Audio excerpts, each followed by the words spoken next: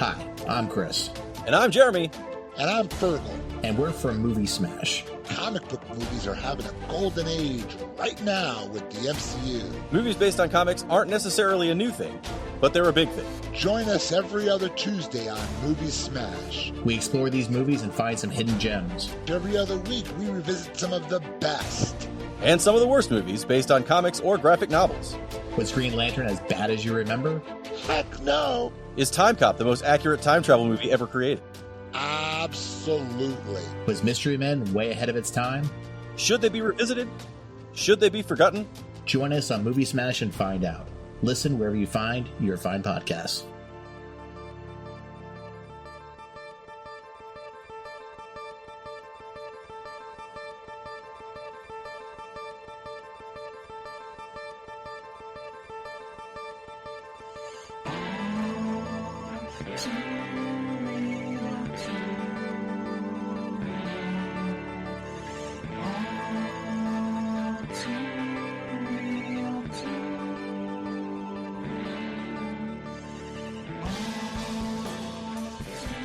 Okay, everybody, welcome to the latest episode of All2ReelToo. My name is Michael E. Cullen II, and with me, as always, is... Doesn't mean I want a pizza that. Excuse me, I'm eating my last peanut M&M. I should have finished before talking. Encarta. That's a very specific name.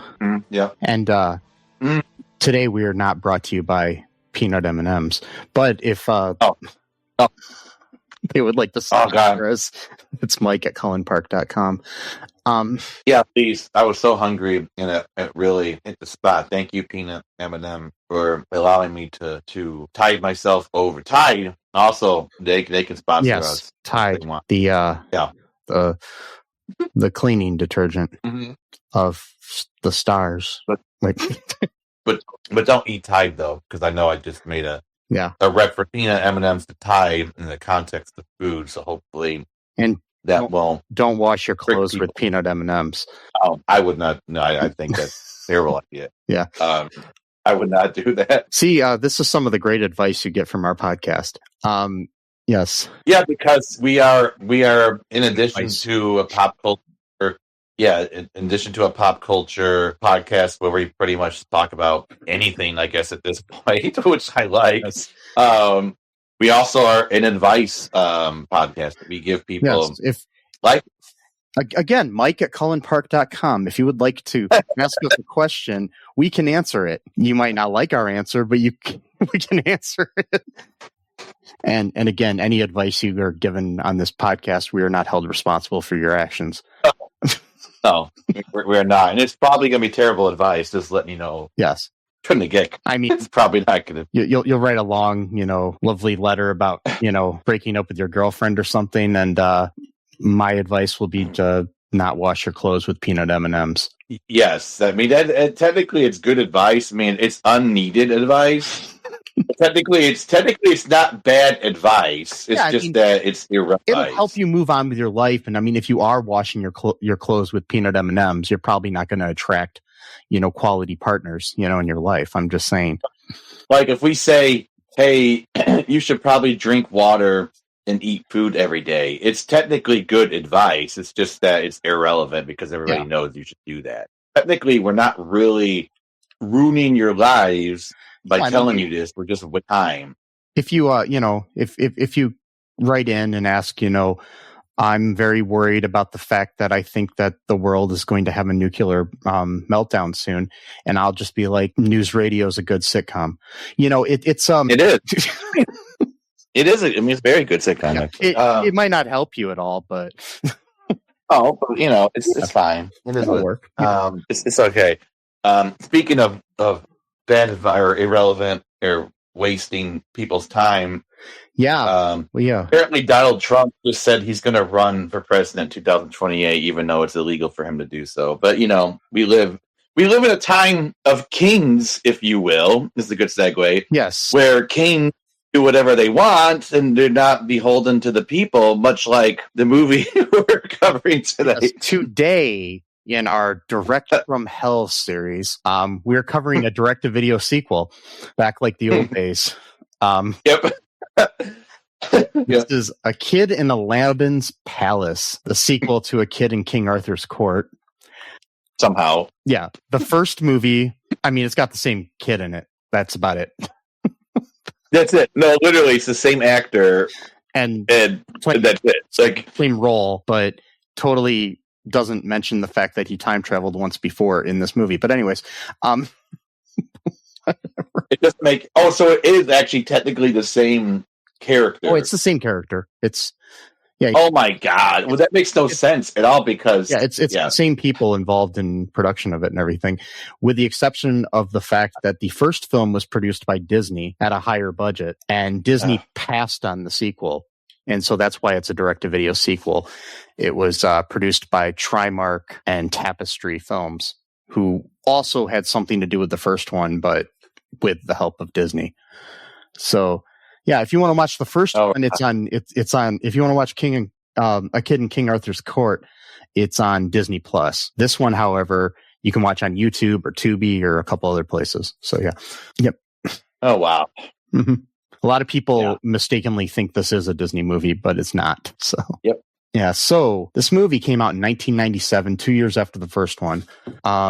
It was here's the log line from the Internet Movie Database. A teenager goes back in time to help the legendary Ali Baba save Aladdin and his kingdom from an evil villain. Yeah, pretty much.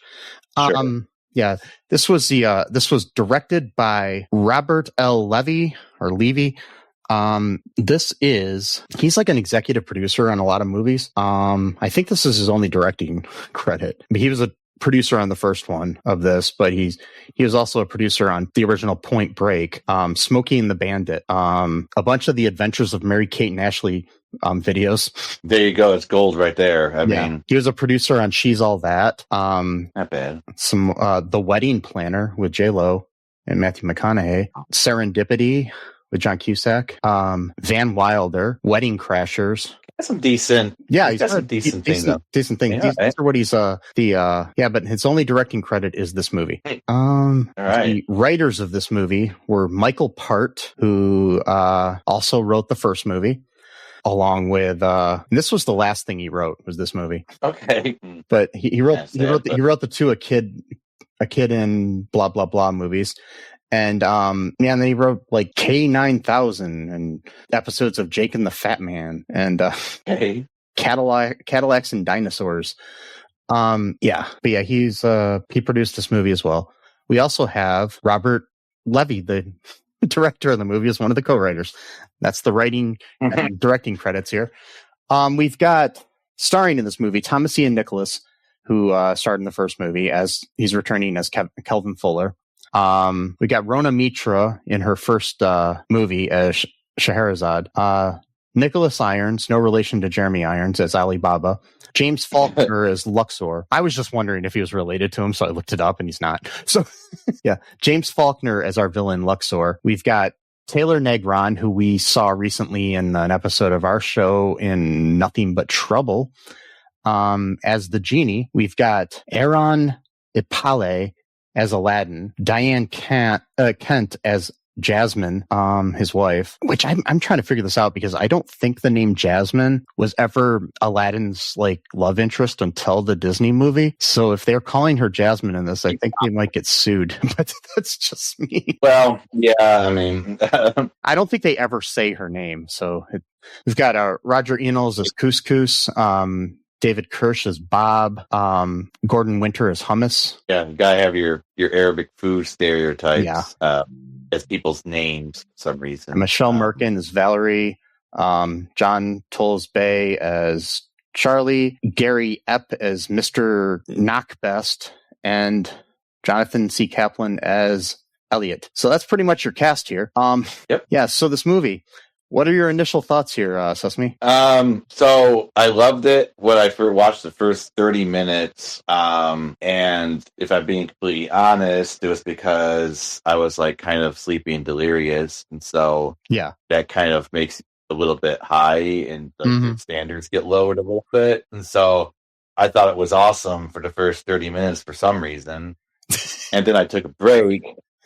I took a break after about 29 minutes and then about 6 hours later, I watched the rest of the movie, and it was like minute by minute, my enjoyment just was like almost like speaking of like old stuff, like where you like the salts, you know, where the hourglass just like it was almost like my enjoyment was just going dwindling down into the movie, and I was just like, oh, I was actually really enjoying this movie for the first half hour for some reason, and then now I'm like, what the fuck am I watching?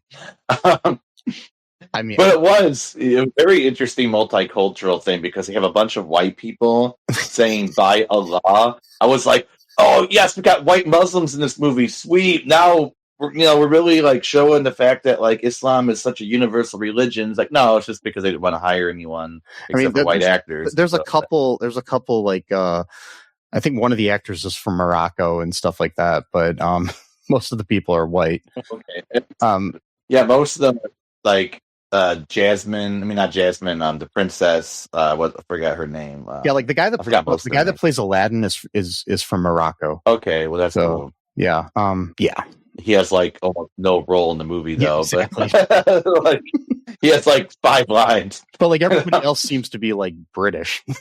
So it's like... Yeah, either British or it's white. I still can't get over the fact though that this is actually considered to be a sequel to A Night in King Arthur's Court. So like we've done sequels before, that we call sequels in name only. I mean, I don't think we came up with the phrase, but this is not a sequel in name only because it actually features the same character and the same actor, but it's also ipso facto a sequel in name only because it has nothing to do with the previous movie, and there's no not only is there no mention of A Night in King Arthur's Court, the character gives off the impression that he has never time traveled before. Like his memory of A Night in King Arthur's Court is gone. So it's like a Spider-Man No Way Home type situation, but it's like a spell against himself. His memory of a kid in King Arthur's Court is like it didn't happen or something, but it's really weird. Like I do not know if I've ever seen a kid in King Arthur's Court. I saw it once. And I hated it. I thought it was because like this is coming right off the tails of Rookie of the Year, right? And that was a movie. I loved that movie when I was a kid. Like I saw an interview all the time. Saw an interview recently with Thomas Ian Nicholas, and he was talking about a kid in King Arthur's Court, and he was saying that if you look at the poster, I'm wearing a baseball uniform and stuff. It was like they were just trying to capitalize on the Rookie of the Year stuff. No, totally. I remember seeing the cover at that time and making that connection. I was like 12. I was like, wait, what the fuck are they doing here? Like, it's like, is it the same character from that movie going back in time?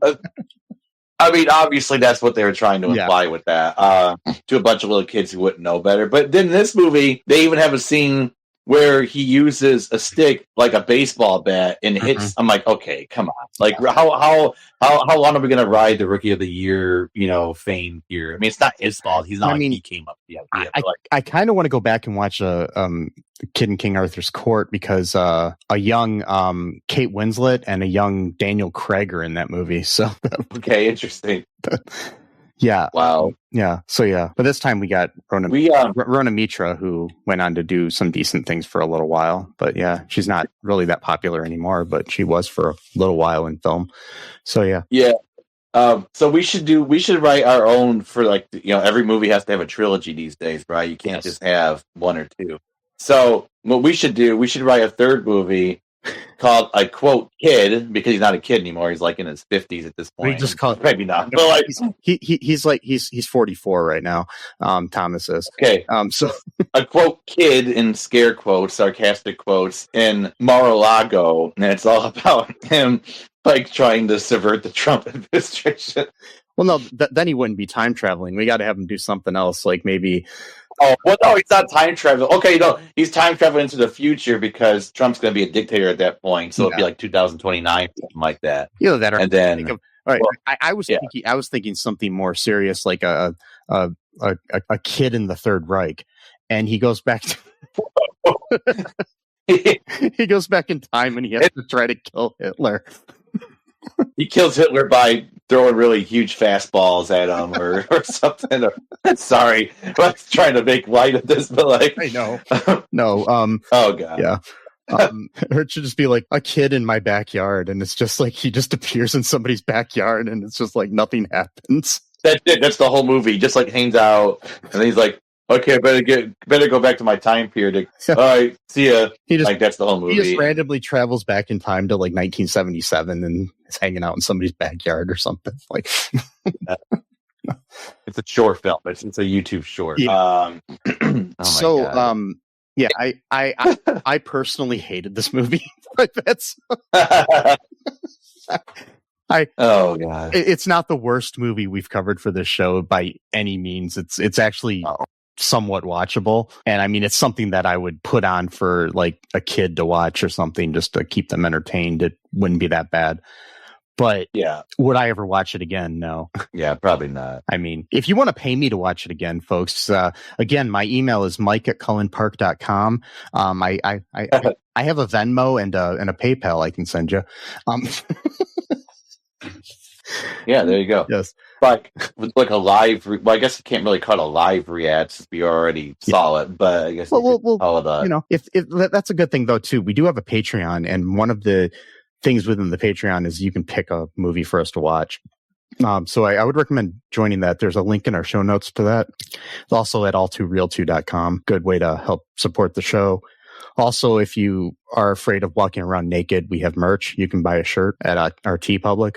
You know, so yeah, because you know, a lot of places, you know, when you go in, it says no shirt, no shoes, no service. So we can get you the shirts at least. I don't think we have shoes, but no, not yet. We don't have like Trump kicks yet. We can get you the shirts and the service, but no shoes. Yeah. So yeah. But yeah, you know, one day we'll have like gold sneakers that say All2ReelToo on them. The Cullen kicks will be here eventually. Cullen kicks. Yeah, the Cullen kicks. Wow. There you go. There's the business idea right there. My Cullen.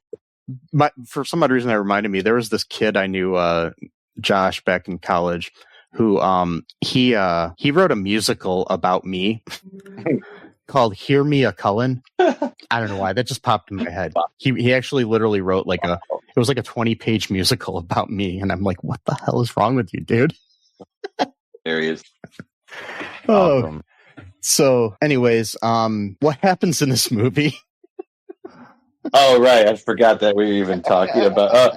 It's so like again, like apparently he's got amnesia from his time in the King Arthur's Court, which I guess is understandable because we don't really talk about the effects of time travel on like the human mind and body too much in these time travel movies. So maybe this was like one of the first instances of them trying to like show like, hey, this might actually like affect you in like a lot of ways. Maybe we'll delve. So like this was the first time they if they actually did address it at all, but they don't. So no, it was the first movie they tried to address this, but it was the wrong movie to do so. They just didn't. I'm really curious now how the other one ends and stuff, and maybe we'll cover the other one for the future episode. Yeah. Maybe we'll do it backwards and cover it second. Maybe we'll do it next week or something, but we don't know yet because we never know what we're going to cover until we cover it. So. Exactly. So, because we don't have the benefit of a time machine here. Yeah. So we never know what we're going to cover until the pop culture gods tell us what to cover. It's a little known fact of the behind the scenes of how this show works. Every week, a pop culture god comes down from the heavens and just like sits on top of my chest while I'm laying in bed and whispers in my ear what movie we're going to cover. And that's how we pick it every week. And you just do it. Yeah. I mean, at this point, we have 400 gods. They're harassing us. It's not what's experience. But so anyway, he works at a pizza restaurant. We start off with a 2-minute scene of just riding horses. So we're really padding the movie here with like irrelevant scenes, and then Aladdin, he's a grown man at this point. He's the new sultan. He's trying to make sure that his evil brother what's that? I said it's like his evil brother Luxor. He's trying to prevent. I think it's Luxor. Yeah, it's Luxor. Which is interesting because in the other Aladdin movie he has no brother, so I guess that was a way of maybe them trying to differentiate bypass any kind of And so, and it's also interesting he tells that the big pyramid in Las Vegas is called the Luxor MGM Resorts. Okay. So it has nothing to do with Come anything. It's just something I know off the top of my head. So.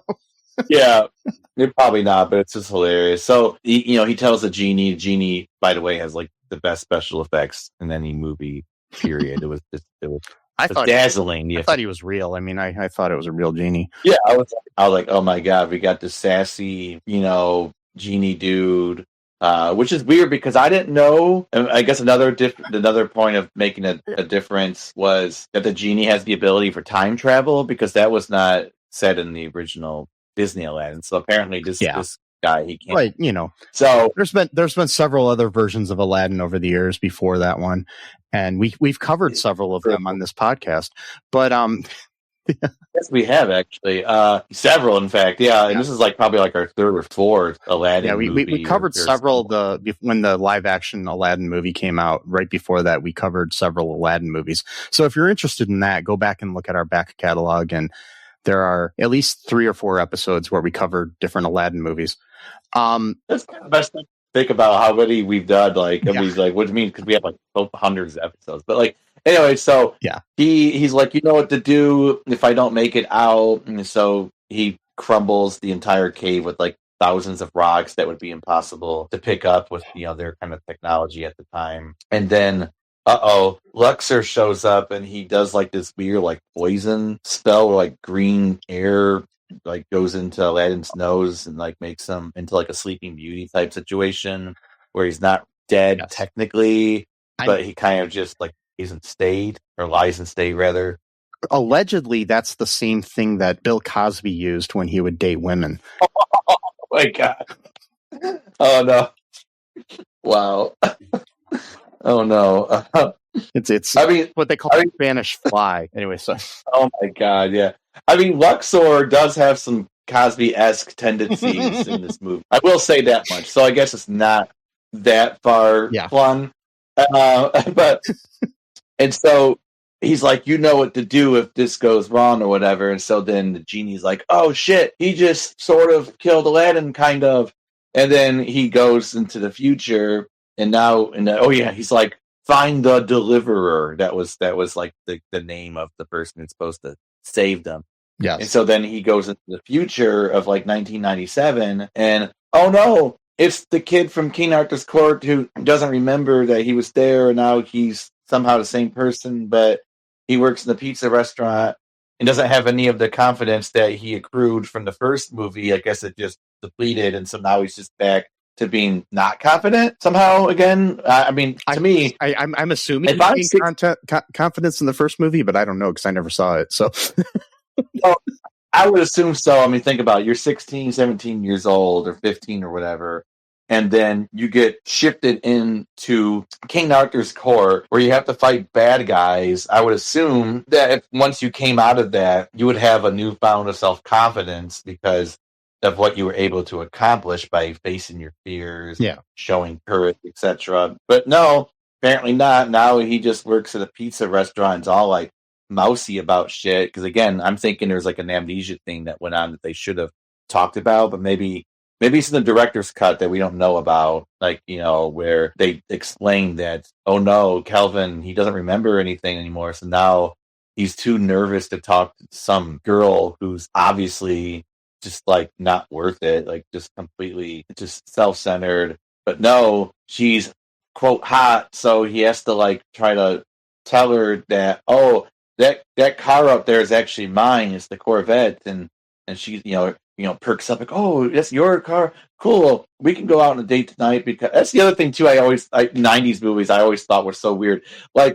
Did girls really care that much about being seen in a cool car? It just seems like a movie thing to me. I mean, I don't know. When I was in the 90s. When I was dating classmates in the 90s when I was in high school, I didn't have a car and I still had girlfriends, so I don't know. Yeah. I mean, I could see someone being embarrassed if it was a really shitty car where it was black they're coming out of the exhaust pipe. But even then, it's still kind of a little self-centered, but I can at least understand the unwanted attention that you would get from driving and or being seen in that type of car. But like, I just don't. Again, I was like 15 in the 90s. So I mean, like the 90s. I'm sure I didn't. at any time in the world there are always people that are, selfish and greedy and stuff, and they want good things in life, and eventually, start running our government. But Right. But sometimes there are people that are like, if you could attract a girl if you were rich, or you can buy her nice things or whatever. I mean, that's always still something that goes on. Same thing with a guy too. I'm sure like a rich girl could impress the popular guy too. So yeah. Yeah. I guess it's possible, but I just noticed that was always a trope in the 80s and 90s. It was like, oh, you got a cool car? Well, now I'm interested in you, even though I'm totally not. And it's like, okay, whatever. Like, so it's like, I don't know. In a different way, though, there is also like the movie Can't Buy Me Love, where he basically pays for the girl. So it's that's a weird movie. Exactly, that's a very interesting movie. Yeah, yeah. And then of course they made the remake. Love Don't Cost a Thing? I think was with the remake. Mm-hmm. Like with Nick Cannon. Yeah. Anyway, I'm like totally veering off here, but so he wants to borrow the car from the real owner, and it's like some jerk. And I mean, Nick Cannon has money, so I'm sure that's why he's able to have so many different women and kids. I mean, it's possible. Yeah, I think he has about almost as many kids as Elon Musk. So yeah, but at least he spends time with them and takes care of them. Yeah, like Elon he actually cares about his kids. Like with Nick Cannon, it's not just about spreading his seed. He actually the father needs to see children and actually spend time with them. So there's a pretty big difference between the two. But even then, even so though, I still don't really get the whole idea of like trying to have as many kids as possible. Like I don't know. To me, it just is like a con type of thing where it's you want the world. I do fully know that if I had to hang out with one of the two guys, I would hang out with Nick Cannon in a minute over. No, I mean, it's not even a question. No, like I mean, it's like there's like literally. I'd rather have Nick Cannon running our government than. No, I mean, again, it's not even a question. Yeah. Absolutely. Well, because he's responsible. He does the things, but then he takes responsibility for those actions. So that's what like an adult does. Like, he hosts like a million shows. So yeah. Right, exactly. So this jerk coworker, he's like, no, I'll just take her to the date because it's my car, and he roughs him up and stuff. And then just like the other movie with the Italian American movie of Super Friend, what was Super Friend Tangino or something? The Italian / American film company made a lot of movies with the same actors, primarily filmed in Miami for some reason. I guess maybe that's where they live. Bud Spencer. Bud Spencer. He was an Italian actor. He played the genie. Yeah. That we also that was one of our old, like from like 6 months into our podcast. I highly recommend checking out that episode. That's one of my favorite movies we've ever watched for some reason. It was so horrible, but it was such a good movie at the same time. And so much like, actually no, in that movie at least it made a little bit more sense to what happens in this movie, because in that movie Al Haddon is his name. Get it? Al Haddon. He works for this dude who basically just like collects junk. Yeah. And he sells it as like, novelty items, stuff like that. And I mean, besides that too, that one made more sense because it took place in modern times. It didn't time travel. Exactly. Yeah, there was no time traveling. And so that guy, his name was like Harry Getz or something's business. I forgot his name. But like, and so, and then, and so the genie bottle happened to be one of the things that he got from the ocean when he was collecting the bunch of junk. Yeah. He was told to clean the items. He was rubbing the lamp because he was cleaning it, and then that's when Bud Spencer whereas came this out, one is just some random thing at the pizza parlor. Like again, so it's just like, why would that be at? You know what I mean? Like there's no reason why a genie lamp would just randomly be in a pizza parlor for no nobody reason. else. Nobody rubbed it before then. That's what I'm saying. Nobody rubbed it, like, because everybody knows what a genie lamp looks like. So I mean, like, nobody would be at least curious enough, just like as a joke, to rub it just to like see if it would work. Like even if they knew it wouldn't. Like, come on. Like, and so he rubs it, and somehow the genie. But so now I was gonna say though, since time travel is such a huge part of this movie, maybe the lamp is there due to the time paradox, since he went back in time, got the lamp, and then brought the lamp into our future time, that this was always going to happen because it's a time loop. Can't get out of it. So, again, they had ample opportunities. The other thing, too, is the genie's talking to him here and then tells him to find him in the past inside the cave. And he sends him to the past through the lamp. And I'm trying to understand the logic here. So, but then, when he finds the genie in the past, again, the genie knows who he is, because he's already met him. So my whole thing is why couldn't he just have, the genie couldn't have taken both of them back in time to the right place to then, wake up Aladdin? Also, it just makes no sense to me at all. I know they needed somebody else to rub the lamp to make wishes and stuff, but it's just, why did Aladdin lock the lamp inside the Cave of Wonders to begin with? And, yeah, exactly. I think, I don't know if they thought just give the lamp to his daughter or somebody. I don't know. Yeah, that's the other thing too, because she can make all three wishes, and she can make the third wish to free him, like in Aladdin, but he probably can't do that because it's copyright. Or to banish but anyway, so it's like her uncle, but right, or something like ban her uncle from being able to use the light. That would be a wish right there that you could do. Or any of his minions or whatever, And and so again, I didn't know Genie has power to actually do things. I know in the other movies he can grant wishes, but he can't actually do the thing himself, right? Actually, in the Disney lore, he can. Even after he was freed, he still had ability to create things and do things. You're right. Okay, in the sequels and in the animated series, right? Okay, yeah. That's I remember now. That makes sense. And so he grabs him through this again.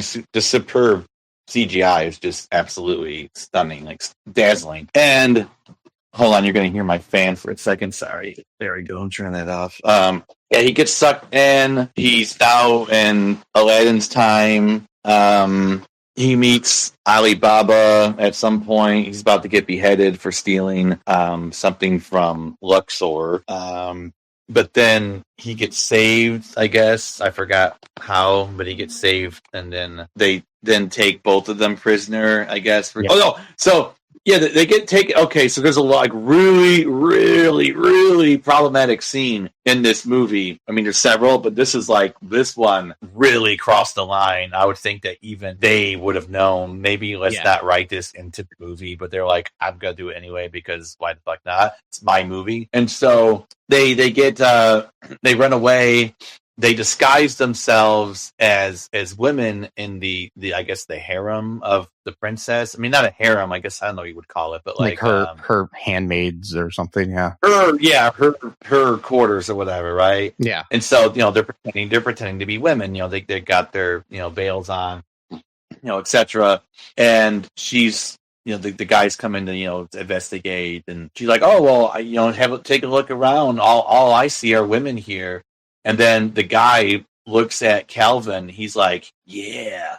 And then she's like, oh, go ahead. You can use my private quarters. Basically saying, go fuck this child. It's just like, dude, why did you write that? It's just it's like, go ahead and rape this random person. What the fuck? But a kid. It's just I'm like, why would you do? So it's like, sometimes I feel like the QAnon people, they may have seen these things when they were kids and it traumatized them, which then led them as the first stepping stone, if you will, into their crazy conspiracy theories, because they remember wait, I do remember a Disney, it wasn't a Disney movie, but I remember a movie that was like a Disney movie where the guy was literally just about to rape this kid, so it's I see the left wing is doing this or whatever, I'm not making light of that stuff, obviously, but I'm making light of the fact that the people who wrote these movies they never took a second look of maybe we shouldn't have that scene in the movie, nobody reviewed it. There's no copy review, nothing, not one person. My thing with it is you've got Alibaba and Kelvin right there. Why did the guy have to go after Kelvin and not Alibaba? At least Alibaba was an adult. Exactly. And so there's so many questions that come from there right there. That's we have a character here who is very dark, secret, obviously. And we just play it off for last. It's got one scene, but Calvin does hit him in the head with a vase, knocks him out. So I guess that's good. There was no, molestation going on in this movie, which is a plus, I guess. I mean, because everything else is terrible. At least that one thing did not happen in this kids movie. And that's the other thing too. This movie was for kids. Like, it wasn't like, this is what like it was geared towards. So that's makes it even more sick if you think about it, because at least it's rated PG. So at least it wasn't G. It's PG. So at least it's saying parental guidance. So that's its quote saving grace, if you will. Yeah, if you can call it that. And so they went away. The princess, he immediately's got a thing for the princess, because she's pretty. Obviously the princess has to be pretty. That's the rules. The mom, though, not trying to be cruel. Mom, though, was like stunning. Like, I mean, that was like. I mean, whoever played her mom was like, man, like that's. Yeah, I'm not trying to be like like reduce people to their looks or whatever. No, I mean, like I think the queen. They both were rather. The queen. Yeah. The queen was played by Diana Kent, who is a well-known British actress, I believe. She's still acting. So, yeah. Well, that's cool. I mean, and at least she. Survived this movie. And I'm trying to remember what happens now, because I know they escaped. I know Alibaba. So basically they start to escape and they want to they need to get to the Cave of Wonders. But first they need to get the key to get into the place that Aladdin sent off into random places or something. And so Alibaba, says he'll help them, and so they Sherry, as he calls him, Scheherazade. That's what Calvin decides to call her. She helps them. White racism. Oh, your name is too hard to pronounce. I'm just gonna call you Sherry. Sorry, go ahead. Or it's cute. He's creating a nickname for her. We can go either way with that. Yeah. I'm just joking. That's true. Yeah, that's true. Yeah. They get camels, and of course, one of the camels is farting a lot. Yep, it's one of those movies. It is one of those movies where farts are funny for kids. I never thought farts were funny when I was a kid. I mean, maybe a lot of kids do, but I always thought it was stupid and disgusting. But only time I've ever found them funny is when they happen at the worst possible time, like in the middle of church or something. But it's like. Right. But like I never saw him funny in movies or TV shows. Yeah. But so this they take off on these camels and go across the desert.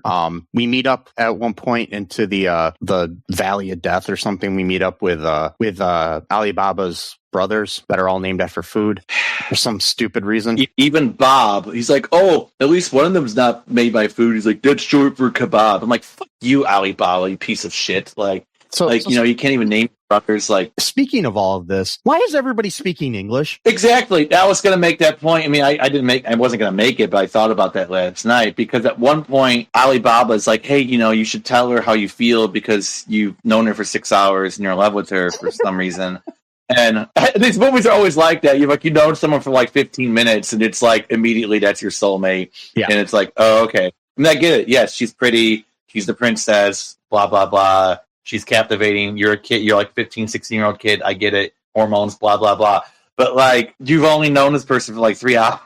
Like, how can you know that person's like the love of your life? And then he goes.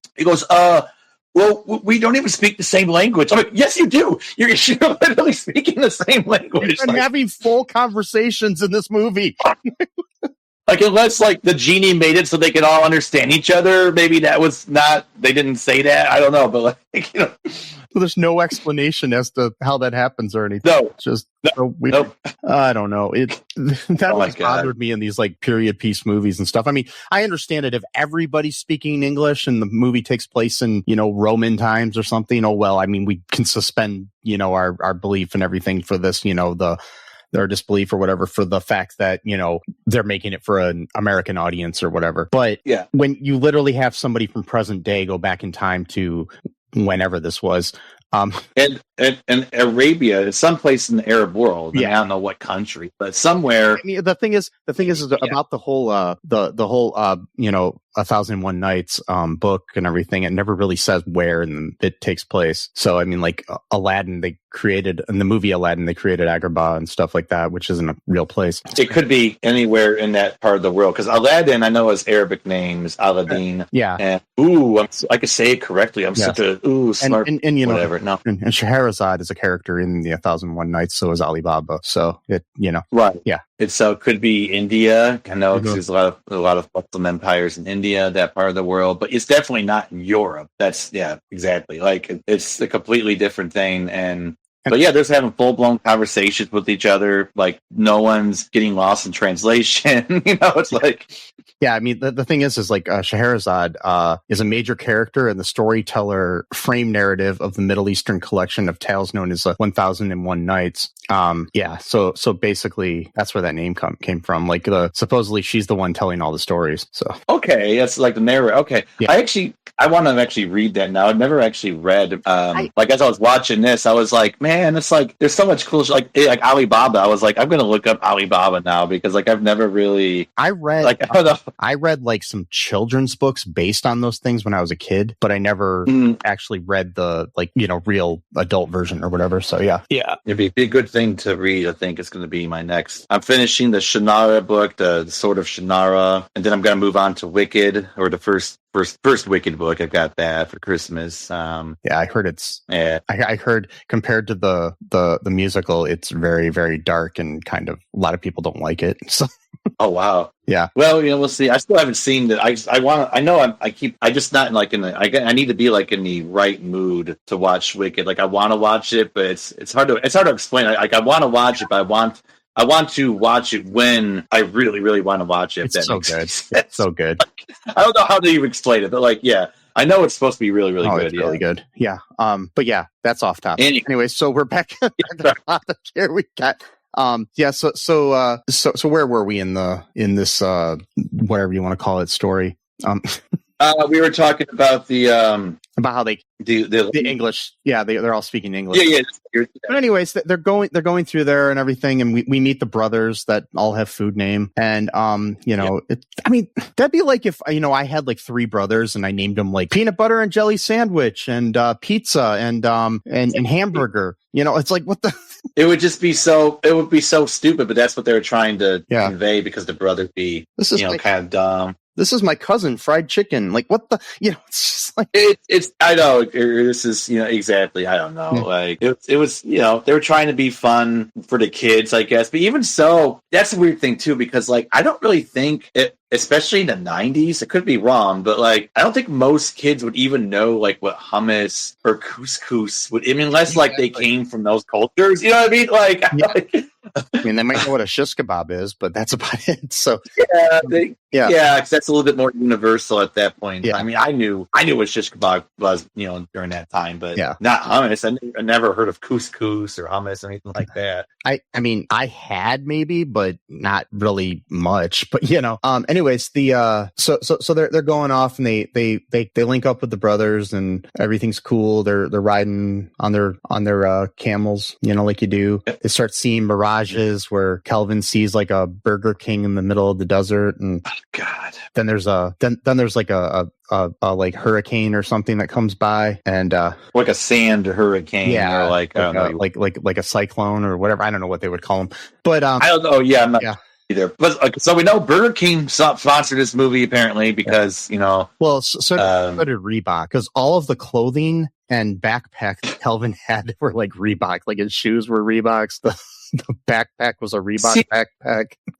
This is why I think we have to just like forget about the odds and just decide we're just gonna like ask like all kinds of sponsors to sponsor like our movies or ideas, because Reebok and Burger King saw this movie and we're like, I want to sponsor, I want to give money to this movie. I mean, in all fairness, it was a sequel to a Disney movie, and so they probably got duped into it. So, anyway, right, true. Yeah, most of these people who work like these high position jobs, they're not really actually that smart. So they probably just like, yeah, go ahead, give them $1 million, $5. My kid liked that first movie with that Nicholas guy. You know, he was a good actor. You know, that kid. Right. And he just sitting there playing with this like Rubik's Cube stress ball, like not even paying attention. Yeah. He's like, "Yeah, go ahead, give him." Let me go. Go ahead, do that. You know, let me go cheat on my wife now and play some golf and whatever. Exactly. I got my eyes on Aladdin's wife. You know? Terrible. Oh God. No. There we go. So they all get like covered in sand and, you know, and blah, blah, blah. There's like some romantic scenes here and there between Scheherazade and Kelvin. And, this movie was horrible. Yep. It's weird. Plus, too, it's like they're trying to they do it very badly, but they're trying to convey the idea that like he's like super smart because he's from the future. Like he knows how to build all these gadgets with like his other thing too. He's got this laptop that functions like a laptop in 2025 would, but it's from 1997. Like I'm pretty sure the technology wasn't that good.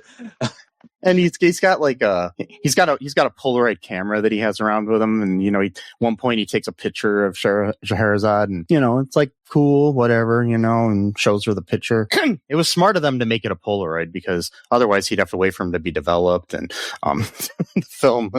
Right, that's another sponsor, Kodak, right there. Polaroid, yeah, that's the name of the company. So I thought that was just the name of the product. I didn't know that was the name. Okay. Polaroid was the name of the company. Kodak was another. Camera company. Kodak was the creator of the digital camera, but then thought it wasn't going to work, and then other companies slapped them, and idiots. And then they went bankrupt. Now, so he takes a picture only. So he takes a picture of Scheherazade without her consent, and then shows it to her.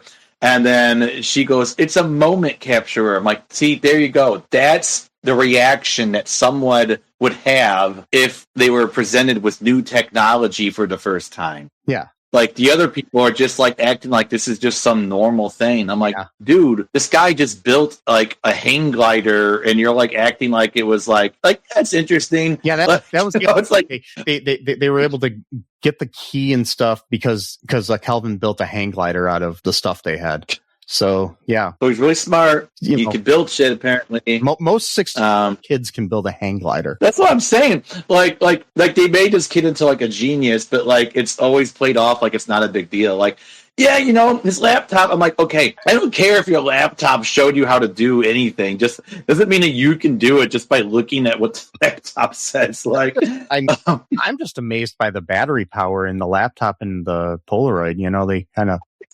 What was there's no way that maybe he was charged up before you know they left and stuff, and he had it turned off for most of the time to preserve battery. I don't know, but they never explained that either, which is another point for that movie. But they end up losing them in a dust storm, but they see their hands are waving in the air because they've been buried in sand. It's funny, isn't it, Mike? Isn't it funny when someone is suffocating under sand and they can't move their bodies except for their arms and legs, and so they're likely having like a full-blown panic attack because their body is absolutely stuck and paralyzed? Isn't that funny? And that like they don't know that someone's coming to rescue them because they can't see or hear anything. So they're just flailing their hands. Isn't that funny? Isn't that cute? Isn't that awesome, Mike? I tell you what, I'm going to get a passport. You can get one too. And okay. The people of the show can pay us a bunch of money and we'll go to the desert and get buried in sand. Yeah. Isn't that awesome? Isn't that so cool? We can almost die. Drown. Well, somebody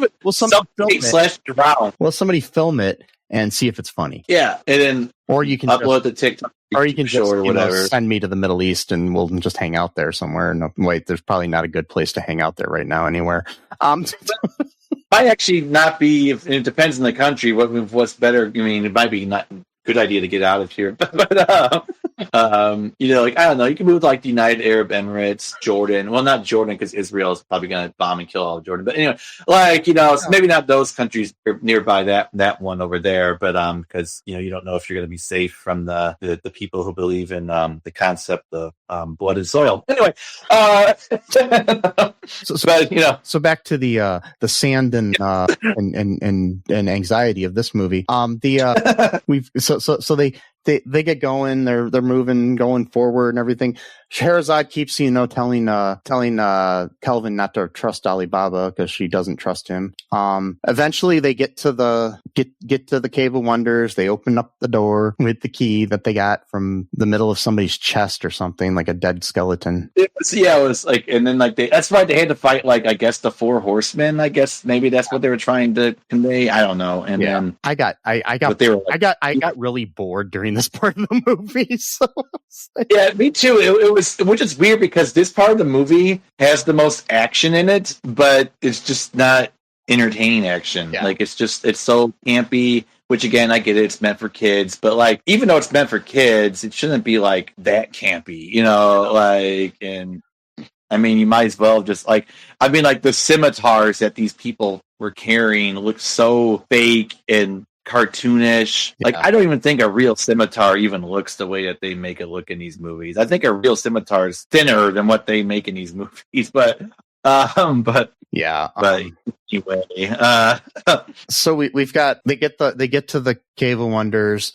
They end up finding the lamp. Alibaba kind of double crosses them, and there's a like wooden bridge that they cross over to the lamp, and he cuts the rope on the bridge so they can't, get back out, and he's going to steal all the treasure and everything. Then he has a change of heart and he's going back to save them.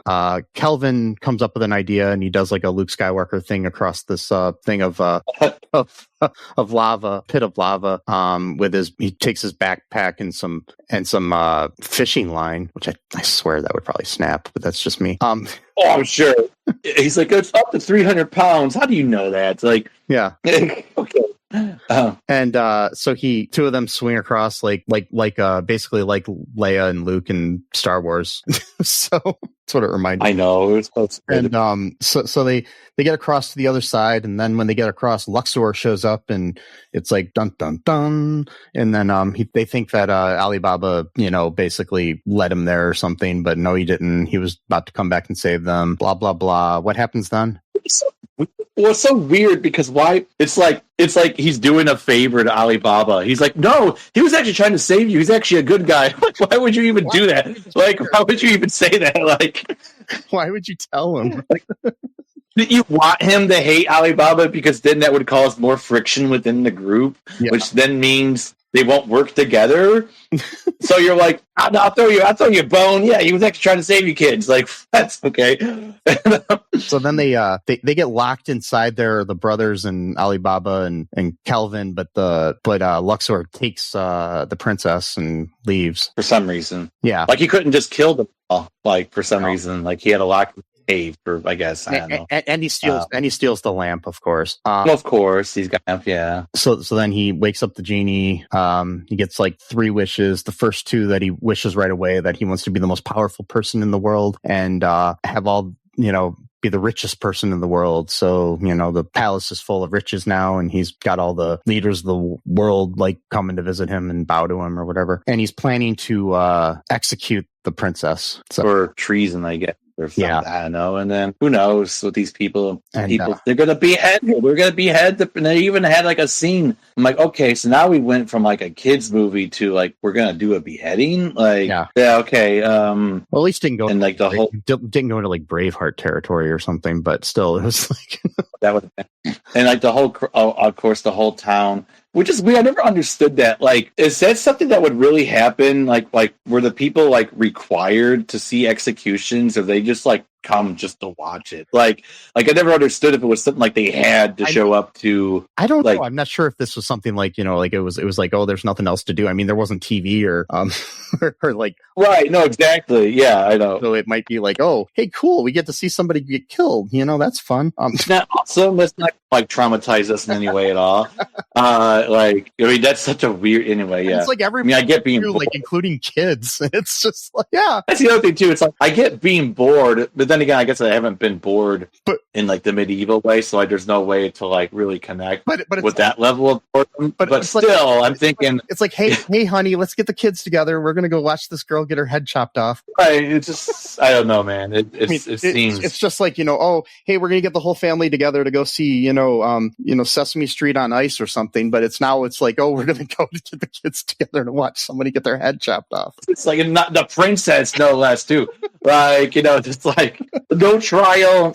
No, I mean, I guess no trial makes sense. Elon Musk is the richest man in the world, so I guess technically, extrajudicial executions, make sense for this Luxor guy. Yeah. But oh no, they break out because of like a mudslide somehow just magically gets in the water, and now they're free for some reason. Okay. Well, they found the way out, so they got out, and then they're all heading there to save the princess, and they knock over the stage where they're about to chop off her head. They have the camel to tie it to the stage and knock over the legs of it or whatever. The one that always farts. What's his name? That's Calvin's camel. Yeah, I don't even remember the friggin' things. Or something like that. Or that camel really loves Calvin. Calvin's Camel. There's a good that's like a new like cigarette company. Calvin's Camel. It's like a knockoff. Yeah. Of the camel brand called Calvin's Camels, and I'm pretty sure you get sued for copyright infringement there. But yeah, probably. And then it shows Calvin smoking like a kid smoking as like the mascot. He's like, this is good for you guys, like coughing. The next movie, it's like a kid at Marlboro, and he just goes there. He's so fucking stupid. Oh god. But this camel loves Calvin. He's always following him around. Like it's actually really sweet if you think about it. Like the animal just really loves him, connects, like really loves him, like follows him around everywhere. Like he followed them actually to the place where they got the key, I think, at that point. Yeah. And he runs off. She was just like centimeters from getting her head chopped off. It was a really, really close call. Yeah. Which again, for like a kids movie, I don't know about that for a kids movie. I mean, then again, we almost had attempted molestation, so I guess what line not willing to cross. In any Disney movie, you've got like most of them, the moms get killed in them, so it's like you got like Bambi and whatnot. Something like that. Yeah. So no, they're like, let's kill the young one, let's kill the princess, make it even worse. Like let's just like take out the person with like in the prime of their life. Like that's man, let's really go for the jugular there. Princess. So they save the day. But then they've got like they're running away, and eventually she reveals that she has a magic carpet that they never discussed ever. Yeah. Before. And so like that would have been useful. And it turned out that he wasted his last wish on some. He wished for didn't he wish for somebody to be dead or something for Calvin to Luxor. Yeah. So technically he wished for it, but it doesn't really. He can't do it. So technically, he wasted. He wasted that wish. Yeah. So now it was a nice little loophole that the genie found. Yeah. So he no longer has any wishes, but he's got like a. How did he had a horse that can fly? Yeah, that was the other thing too. They just like threw at the end. Like there was like, oh, he just has a horse with wings for some reason that don't know about until now. And again, the CGI, just oh my god, stunning, perfect. That scene of him with the wings and the horse. Yeah, mostly. Oh my god, mostly blue screen. That was really bad. But and Calvin's like flying away on the magic carpet. Eventually, he wins. Calvin wins. Gets the lamp back from Luxor. And then Luxor like falls into the ocean or something. No, Luxor falls into manure. They did the Back to the Future. They did the Biff. The Back to the Future thing. Yeah, not about that. I thought he fell into the. No, he fell in. I thought he was going to fall into the ocean, but then he fell into the manure. Yeah, and then So it's a total Back to the Future reference because time travel is involved. Like it's not even close. Like yeah, and the camel farts on him too right afterwards. Yeah. Well, of course. You gotta have the ads. Like why not? So that's where that lands, and then they go and they wake up Aladdin, and Calvin decides he's got to go back. So he gives gifts to everybody. He gives the key to the Cave of Wonders to Alibaba, and then he gives his brothers all little tokens like a baseball cap, and what else did he give them? It was like the toothbrush, the electric toothbrush because they have bad teeth. I guess, and then. Yeah, can't even remember what the third one was.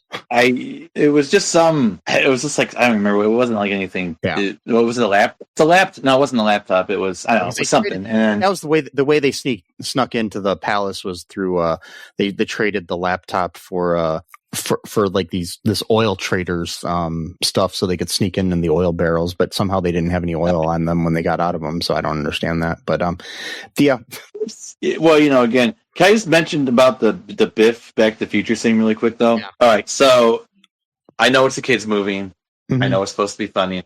I understand that. We're supposed to suspend reality a bit. Okay, I get that. Yeah. But you're a person who's literally covered head to toe in shit. Mm-hmm. It's in your mouth. It's in your eyes. It's in your nostrils. It's in your ears. You have a 100% chance of getting extremely sick from that, possibly dying from the infection you're about to get from that. Especially in the time period of this movie. Exactly, where medicine is not as good as it is now. Like, that would have been like the great, like, that director's cut is just Luxor's deathbed, just writhing in pain from the infection he got from falling into the manure. You're at least getting like pink eye from that, if nothing else. But if nothing else, I mean, I would say much more because it was in his mouth. Oh God, and his eyes. I mean, Derek. I mean, that's you're gone. You're a goner at that. It's in your eyes. Yeah. Like you're getting something really bad.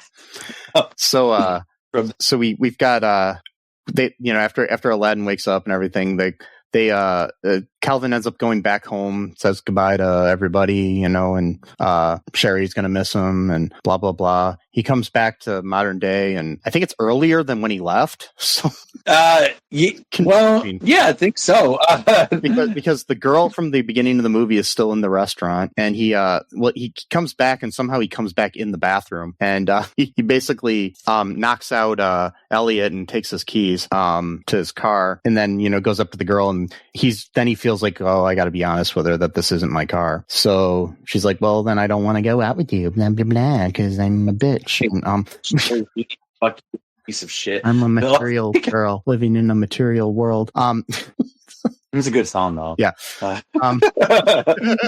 And then he goes outside. Well, he throws the keys to so this is what was kind of creepy to me. The guy that he works with, who's got to be like an adult, he throws the keys to that guy. And I don't know if they were implying that eventually that guy's going to go out with that Valerie chick, but she's like in high school. I don't know if I think he just threw it. I think I just threw it to him, like basically saying because I was really worried about like the next shot was going to be him and Valerie walking out together or something. And I was like, don't. I mean, like with this movie, who knows? Because there's not a line they're not willing to cross when it comes to that issue. But but I don't think that's what it was. I think he was just throwing him the keys, like, hey, I'm not going to do this or whatever. So then he goes outside and Sherry's there. She walks up and then they she's like, oh, I don't know, like, I made a wish and this is one of my wishes and blah blah blah, and they go off onto their carpet that somehow has a license plate now that says Wish 3. Is that what it said? Oh my God. Yeah. Really? So now you can register your magic carpet in this universe. So we got time travel, obviously, being a sequel. And you can go to your own vehicle and register your I don't know, with that, because that's not really a motor vehicle. So would you go to the BMV or would you go No. But it does have interesting connotations because in this universe, I guess you could call it the KCU, the Kids Cinematic Universe or whatever. Yeah.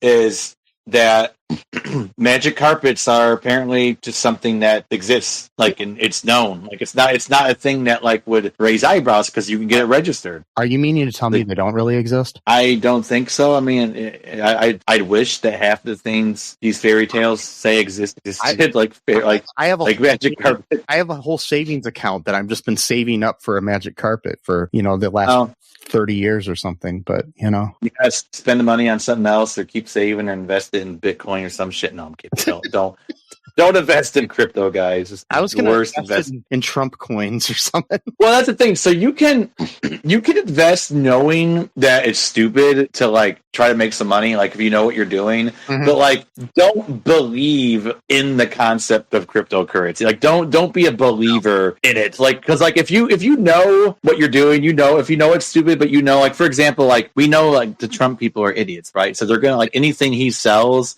it's going to get pumped up at first. So it is kind of smart to buy in early because you know it's going to inflate real high and then sell real quick. You know that. So like that would be a quote smart business decision, if a little bit unethical. I know what I can do. I'm going to create my own coins, and they're going to be called magic carpet coins. And there you go. Yeah, that'll work. Just call it the magic carpet. Well, you never know. That might might work because like some of these people, this one guy, he made what they call a shit coin, which is basically is meant to just be completely worthless, right? Yeah. He literally called it scam coin as a joke. Mm-hmm. And then people just started buying it because they thought they make money. He literally called it scam coin. Like, so it's like, if you know what you're doing, go ahead. But even then, be careful because I know it's like, since we are in advice, this is the advice portion of our channel. All right, so here we go. So that's my advice is, so if you know what you're doing, if you know you can actually make money in cryptocurrency, if you know for a fact, or at least you some sense of confidence that you can make money from this, even if what you're doing is stupid, go ahead and do it. But there's a caution. There's actually a concept in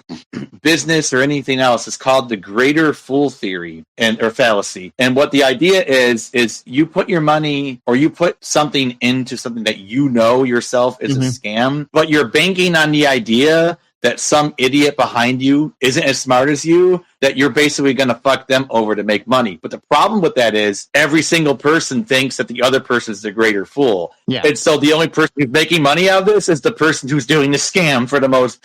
So that's why they call it the greater fool theory or scam, is because you're like, well, I know this thing's bullshit, but it's basically a Ponzi or pyramid scheme. So it's like, it's just basically what you got going on. So, but anyway, that was my advice because we're required to do advice now. Just so you know, folks, the advice given on the show is not necessarily to be taken as real. If you have any issues in your life that are caused by any of the advice given by All2ReelToo, we are not responsible. Thank you. Okay. No, we're not. So, I just had to say that to people. So anyways, they go flying off and it says the end up in the moon and shit. And then I finally, was done watching this piece of shit. I liked it, to be honest. I changed my mind. So I liked it for the first 30 minutes, and then I didn't like it as we were talking about it. Now that we're done talking about it, now I re-liked the whole movie. Okay. And that's your prerogative. You can do that if you want. I might even watch it again tonight. No, I'm not really. But if you do, I'm worried. So there's that. Anything else to say about this movie? No. All right, folks. I don't have anything else to say either. Thanks for listening. Hope you enjoyed this episode. Go to all2reeltoo.com. You can check out all of our links there to our TeePublic, our Patreon. Good way to, help support the show. Go to all of our social media. There's links on the website as well to that. Email me at mike@cullenpark.com if you have any questions or concerns or advice for us or questions that you want us answering, giving you advice or whatever. Yeah. I'm just lonely and I want to talk to people. So please message me. No, I'm joking. Anyways, I'm joking. I don't necessarily know if I will respond to you either. So remember that, you got to be good to each other. There's no genie that can get you out of any kind of problems in your life. So be good. Be good. Yes, be good. Do it. Free Palestine. Yep. Trans lives are human lives. No human is illegal. Right. Free Ukraine. Bunch of other shit. Yeah. Free Britney. Oh wait, no, that's already happened. Like I said, be good to each other. We are all colors of the same rainbow, people. We're not rainbow people. We're just colors of the same rainbow, people. No, I understood. Yeah. And be different. Be yourself. Remember that I love you. It's oily but good. Sesame loves you. Sesame loves you. And until next time, bye-bye. Thanks for listening to All2ReelToo podcast, a Cullen Park production. Produced and edited by Michael E. Cullen II. Music by Matthew Hawes. Subscribe and share the show. Visit us at cullenpark.com.